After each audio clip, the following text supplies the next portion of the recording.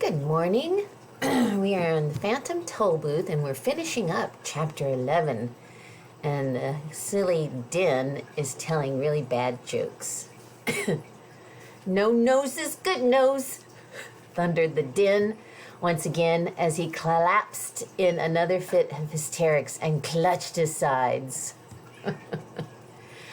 I trained him as my assistant in the business of concocting and dispensing noise, finished the doctor, mopping his brow with a handkerchief. No noise is good noise, exclaimed the humbug happily, trying to catch the spirit of things. That's not funny at all, sobbed the Din, as he went in a corner and sulked. What is a din? Asked Milo, when he had recovered from the shock of seeing him appear.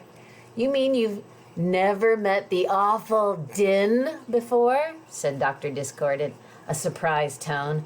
Why, I thought everyone had. When you're playing in your room and making a great amount of noise, what do they tell you to stop? That awful din, admitted Milo.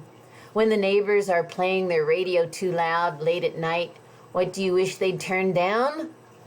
The awful din, answered Talk.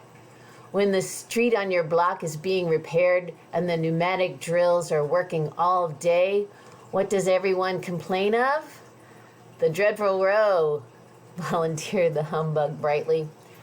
The dreadful row, cried the anguished Din, was my grandfather. He perished in the great silence epidemic of 1712. Milo felt so sorry for the unhappy Din that he gave him his handkerchief, which was immediately covered in bluish smoggy tears. Thank you, groaned the Din. That's very kind. But I certainly can't understand why you don't like noise, he said. Why, I heard an explosion last week that was so lovely I cried for 2 days. The very thought of it upset him so much that he began to sob all over again in a way that sounded almost exactly like a handful of fingernails being scratched across a mile-long blackboard. He buried his head in the doctor's lap. He's very sensitive, isn't he? Asked Milo, trying to comfort the emotional Din.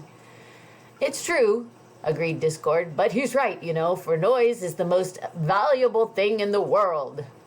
King Azaz said words are, said Milo.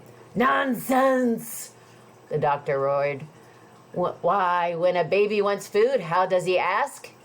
He screams, answered the Din, looking up unhappily. When an automobile wants gas, it chokes, he shouted again, jumping for joy. When a river wants water, what does it do? It creaks, bellowed the Din as he collapsed into a fit of uncontrolled laughter. And what happens when a new day begins? It breaks, he gasped joyfully from the floor, a look of utter bliss covering his face. You see how simple it is? The doctor said to Milo, who didn't see it all. And then, turning to the tear-stained, smiling Din, he remarked, Isn't it time for you to go? Where to? Asked Milo. Perhaps we're going the same way. I think not, the Din replied, picking up an armful of empty sacks from the table, for I'm going on my noise collection rounds. You see, once a day, I travel throughout the kingdom and collect all the wonderfully horrible and beautifully unpleasant noises that have been made, pack them into my sacks, and bring them back here for the doctor to make his medicines from. And a good job he does, said Dr. Discord, pounding his fist on the table. So wherever the noise is, that's where you'll find me, said the Din with an appreciative smile. And I must hurry along, for I understand that today there's to be a screech and several loud crashes and a bit of pandemonium. And in which direction are you going? Asked the doctor, mixing another brew. To Digitopolis, replied Milo. How unfortunate, he said as the Din shuffled toward the door. How very unfortunate, for you must pass through the Valley of Sound. Is that bad? Asked the perpetually worried humbug. The din paused in the doorway with a look of extreme horror on his almost featureless face, and the doctor shuddered in a way that sounded very much like a fast-moving freight train being derailed into a mountain of custard. Well, you might ask, for you will find out soon enough, was all he would say as he sadly bade them farewell, and the din galloped off on his rounds.